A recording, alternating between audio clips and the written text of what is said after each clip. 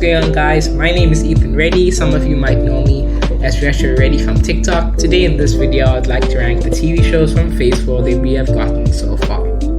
Without any further ado, let's get straight into the video. This show sets up so many things for Doctor Strange, the Multiverse of Madness, and I would rate this show a solid 8 out of 10. Next up is Falcon and the Winter Soldier. Once again, I really enjoyed the series, and seeing that Sam Wilson is our Captain America and he will now take over the mantle in the new Captain America New World Order coming out in Phase 5.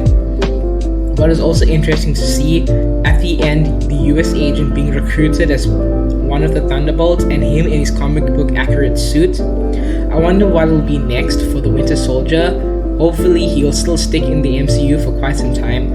I would give this show a rating of 9 out of 10. This brings us to Loki. This has to be one of my favorite series of this phase. It was interesting to see the different variants of Loki, especially Sylvie, the female variant of Loki. In this story, Loki is actually the hero, trying to stop Sylvie from destroying the TVA. But in the end of the show, Sylvie killed Kang the Conqueror, which has set up Kang Dynasty, Avengers Kang Dynasty, as well as Ant-Man and the Wasp Quantumania. I am so hyped for this villain. It seems like he will be the new Thanos, but as well as the Secret Wars storyline, as we know in the comics, the Secret Wars storyline, the main villain is Doctor Doom. So I think that Kang might be a sideline villain for now until we get to Avengers Secret Wars and we see our main villain for this phase and Phase 6, Doctor Doom.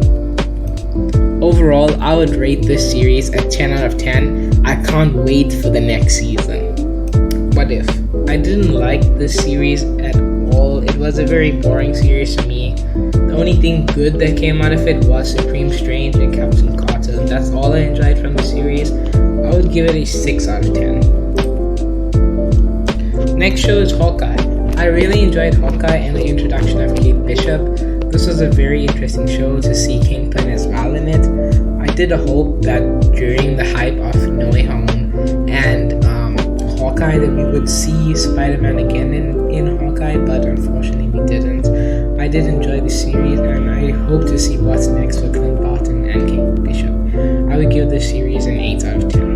Moon Knight has to be the best series of Phase 4. I would instantly rate this a 10 out of 10. Oscar Isaac played an amazing Mark Steven and Jake. Jake came in clutch in those last few minutes of the last episode of Moon Knight. It'd be cool to see whether Moon Knight gets introduced into the MCU or kept separate of the MCU. I can't wait for season 2.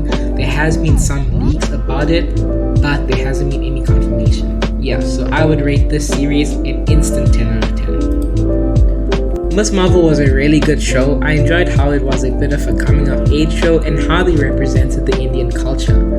Towards the end of the series was the best part for me, as we could see Kamala getting stable with her powers and also it confirming that she is a mutant and not an inhuman like the comics. Once again, that was a hint to mutants in the MCU, and in She-Hulk we had the Easter egg towards mutants such as Wolverine in the MCU, with She-Hulk reading an article and it says man at a bar fights with claws, and who is famous of fighting in bars with claws? Wolverine. I would rate this series an 8 out of 10. So guys, this brings us to the end of the video. I really hope you enjoyed it. I'm not gonna rate She-Hulk right now just because we have 2 episodes and you can't base a series off of 2 episodes. I really hope you enjoyed this video. Make sure to subscribe for more and I'll see you in the next one.